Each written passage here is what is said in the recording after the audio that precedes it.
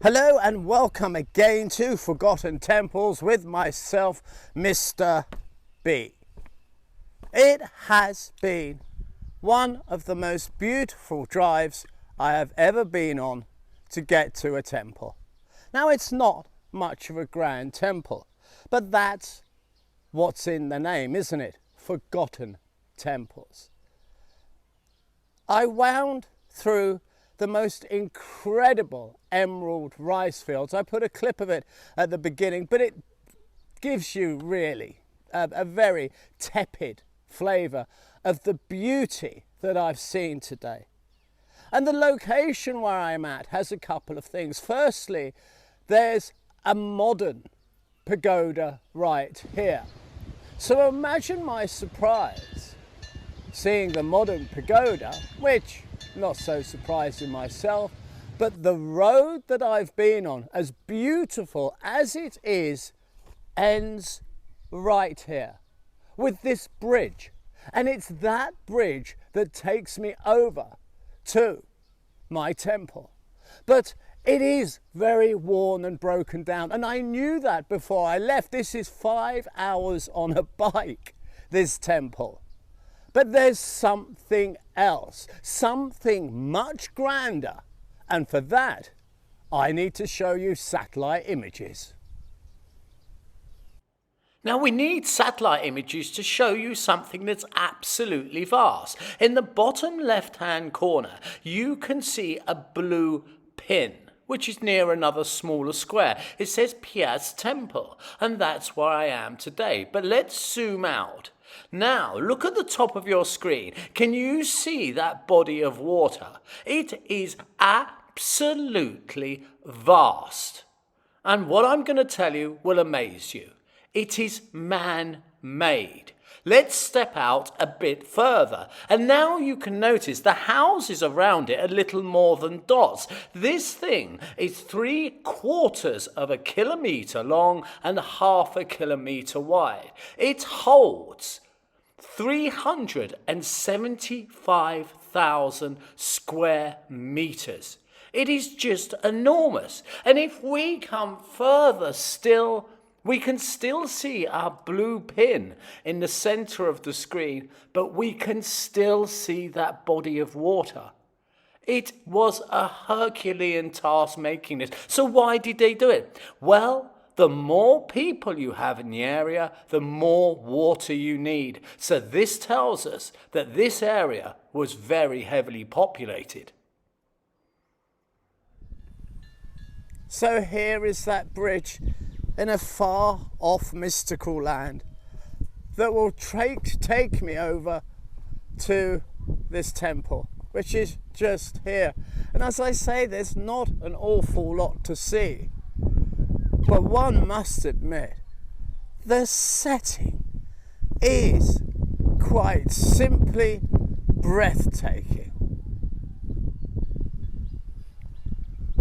So this is our bridge maybe to a more ancient time, because on the other side of the bridge, of course, we have the modern pagoda. Now, as we've surmised, by that huge reservoir of water, this temple that now is extremely neglected was once something of great importance to this area. And we can see that in the detail. And at our feet, we already see some of the incredible detail that was put into this temple, which does denote its importance. Here, strewn all over the ground, is masonry like this. And what is worthy of note is how very deep these detailings are. It takes an awfully long time to cut grooves and layers as it is into stone like this. This is, it's not the hardest stone in the world, but it's certainly not the softest, because it's been out here in the monsoon rains for 1,000 years. And look how deep it is. This is an incredibly difficult task, and that will amplify itself when I show you my surprise at the end. And there is an absolute treat at the end of this one. Here we have a modern construction, and this was where an ancient god once stood, in this plinth here. But alas, it's gone. Just to remind you, these are offerings. They are not rubbish strewn around. They are offerings to the gods. So we're going to move round this way, because my super surprise is just up there. What is left of the temple is best shown from here. It's pretty much one wall, but it is that one wall that holds what I'm calling my super surprise. But there's some other things I spotted in the undergrowth here. Now where? Aha, I think you're over here.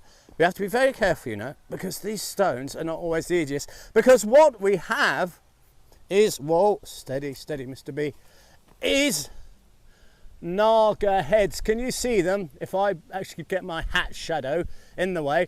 Here is the central head of the Naga, the multi-headed serpent. And fortunately, look, you see, here's a head, and we can still see the teeth and everything. So these have been looking skyward for, you know, about 1,000 years, and it shows how strong this stone is. And that is a fact you want to keep in mind, because it makes my super surprise at the end that much more special. Our serpents of stone are literally just there, but it's round we wish to go if I want to enter the right way. The trick with temples, you know, is always to walk the perimeter first.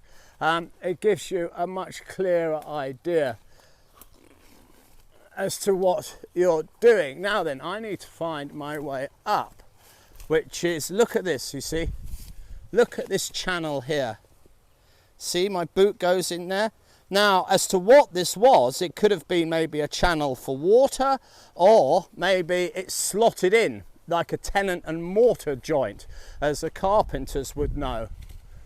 But it is that detailing that is all important at this point. I have to be careful here. I fell off a temple recently, and for weeks and weeks I was in pain. Look, here's another one that I can get my boot in, this big channel, you see. So I'm not too sure what those are about. I'm more interested in not falling over. And look who greets us yet again. It's yet more Nagas. 1, 2, 3 and 4. But we can see these have been more weathered. And the reason for that probably is the wind may well come this way. But it's now that we start to decode this particular temple as we get closer. Look at this deep, deep detailing. It is really deep, and that takes an enormous amount of time. There is nothing superficial about the amount of detail that went into this. It was not a grand temple, but my goodness, what they did was they did it really well. It's very intricately designed.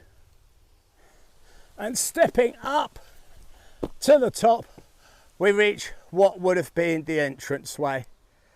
And if I come out as far as I can, as you see, there's not an awful lot left, is there? It's such a shame. This was once a temple of finery.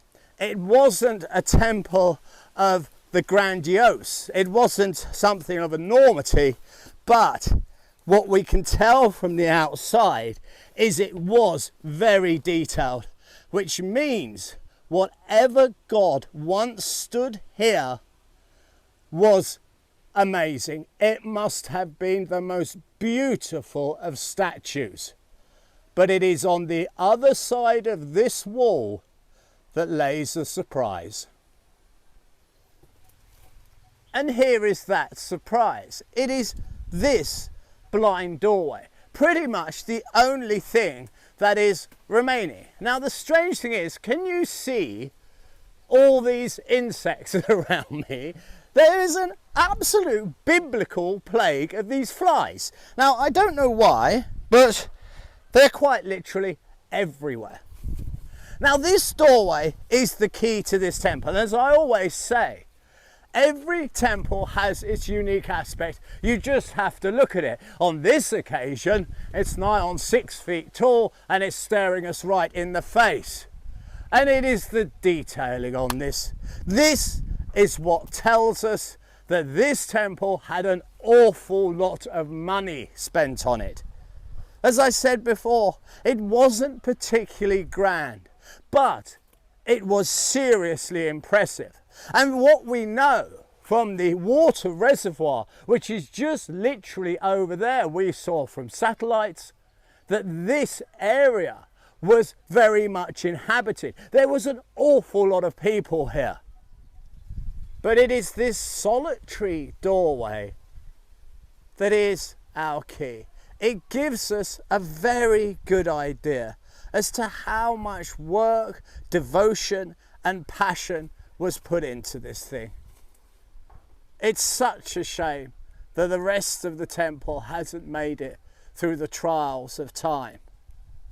But we certainly have this snapshot of something that was once grand. I've decided to end this video right here, next to the other side of the wall. This is blank and dull. There's nothing to see, is there? But what we know is on the other side is quite the treasure. So why end here? Well, as a bit of an example to you. Life is out there. All you need to do is sometimes look on the other side, and there are wonders to be had. I'm sure this temple, as we could tell by the vegetation, is pretty much ignored, but it shouldn't be.